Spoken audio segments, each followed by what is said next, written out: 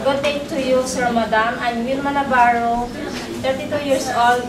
I have 2 kids, high school graduate, as a work of a domestic helper in Hong Kong.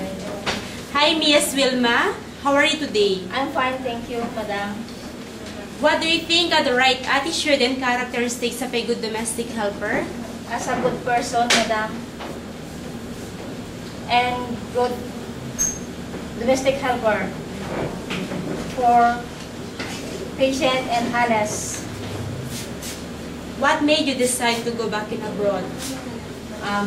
Because I need money for even for my family and to my kids. Okay, so can you cook Chinese dishes? Yes, Madam. Can you cite some dishes? Steam, fish. Okay, so can you tell me the proper way on how to take care of children? Eating the children is like good vitamins and good food every day and take a bath. In case you commit a mistake, what will you do? I want to say apologize to my employer and I do not do again. What is your last message to your future employer?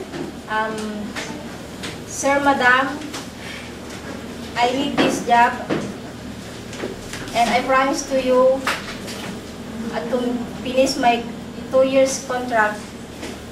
Thank you, Miss Wilma, and good luck. Thank you, Sir, Madam.